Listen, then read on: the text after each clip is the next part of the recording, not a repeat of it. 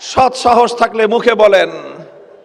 আমার পরিষ্কার বক্তব্য, এমন দ্বিচারিতা এবং মুনাফিকি করে জাতিকে বিভক্ত করার চেষ্টা করা যাবে, কিন্তু আগামীর বাংলাদেশকে দাবায় রাখা যাবে না ইনশাআল্লাহ।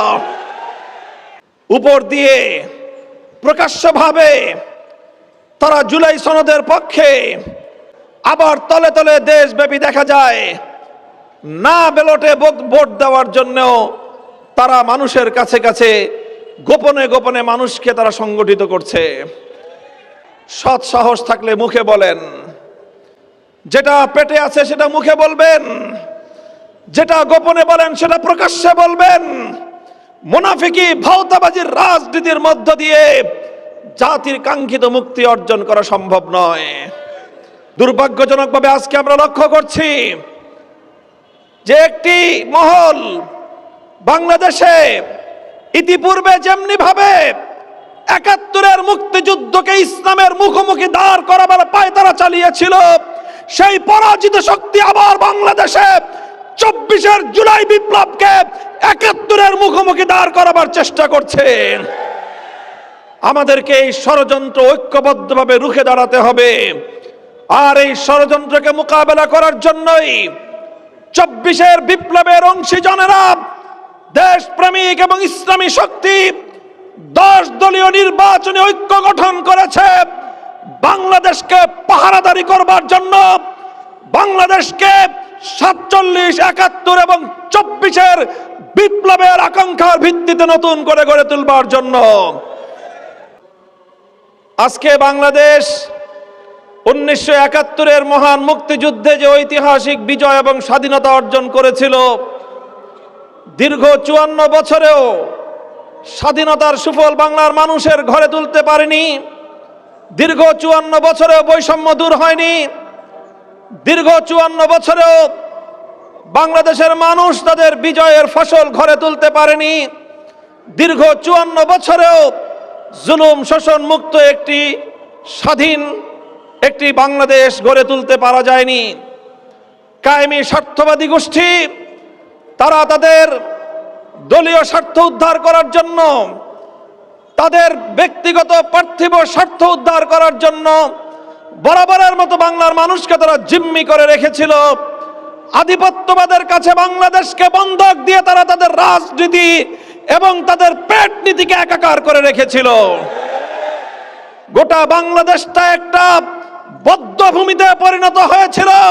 গোটা বাংলাদেশের মানুষকে এক জীবন্ত জিন্দানখানায় বন্দী করে বাংলাদেশকে আধিপত্যবাদী শক্তির কাছে ইজারা দেওয়ার ব্যবস্থা করা হয়েছিল। তার বিরুদ্ধে ফুঁসে উঠেছিল ২০২৪-এর আমাদের ছাত্ররা, ফুঁসে উঠেছিল বাংলার তরুণ দামাল সন্তানেরা। ৭১-এর মুক্তিযুদ্ধের সেই কাঙ্ক্ষিত স্বাধীনতার ফসল ঘরে তুলবার জন্যই ২০২৪-এর জুলাই বিপ্লব সংগঠিত হয়েছিল। সম্মানিত উপস্থিতি, আসন্ন ত্রয়োদশ জাতীয় সংসদ নির্বাচন আজ বাংলাদেশের এক ঐতিহাসিক সন্ধিক্ষণে, বাংলাদেশের একটি ইতিহাসের গুরুত্বপূর্ণ টার্নিং পয়েন্টকে সামনে রেখে এই নির্বাচন অনুষ্ঠিত হতে যাচ্ছে। আমরা জানি এই নির্বাচন শুধুমাত্র সংসদ নির্বাচন নয়, সংসদ নির্বাচনের পাশাপাশি জুলাই সনদের আইনি ভিত্তি প্রতিষ্ঠা করার লক্ষ্যে গণভোট অনুষ্ঠিত হচ্ছে। গণভোটটা কি, জুলাই সনদ কি এবং গণভোট আর জুলাই সনদের সাথে আসন্ন জাতীয় সংসদ নির্বাচনের সম্পর্কটা কি, সেটা আমাদেরকে ভালো করে বোঝা প্রয়োজন। আজ আমাদের এই মঞ্চে ১৯৭১-এর মহান মুক্তিযোদ্ধারা উপস্থিত আছেন। আজকের এই মঞ্চে ২০২৪-এর জুলাই যোদ্ধা এবং জুলাই বিপ্লবে শাহাদাত বরণকারী বীর শহীদানদের পরিবারের সদস্যরা রয়েছেন। সংগ্রামী সাথী ও বন্ধুগণ, দুর্ভাগ্যজনকভাবে আজকে আমরা লক্ষ্য করছি যে একটি মহল বাংলাদেশে ইতিপূর্বে যেমনি ভাবে ৭১-এর মুক্তিযুদ্ধকে ইসলামের মুখোমুখি দাঁড় করাবার পায়তারা চালিয়েছিল, সেই পরাজিত শক্তি আবার বাংলাদেশে ২৪ জুলাই বিপ্লবকে ৭১-এর মুখোমুখি দাঁড় করাবার চেষ্টা করছে। আমাদেরকে এই ষড়যন্ত্র ঐক্যবদ্ধভাবে রুখে দাঁড়াতে হবে।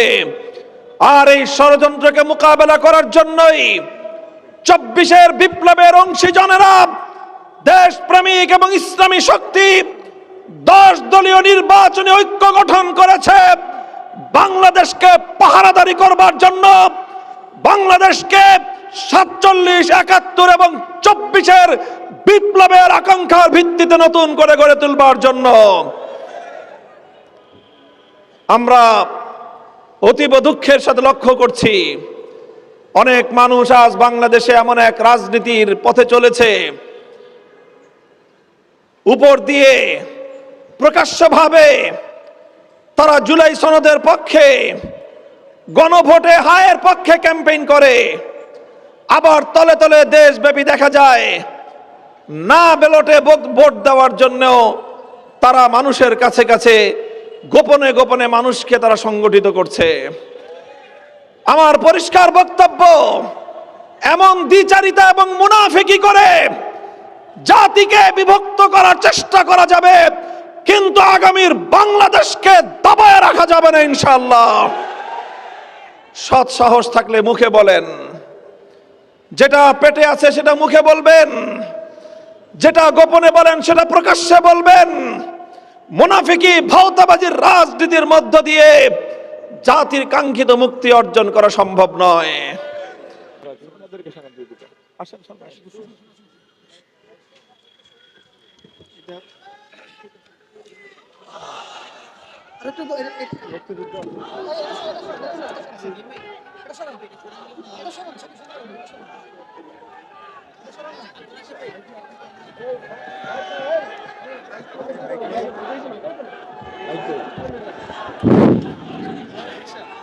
এই ১৩ আসনে কোনো মার্কা আছে? এই মামুনুল হকের কোনো মার্কা আছে? বাংলাদেশের কোনো মার্কা আছে? ও এই সেই মার্কা, সবাই বলো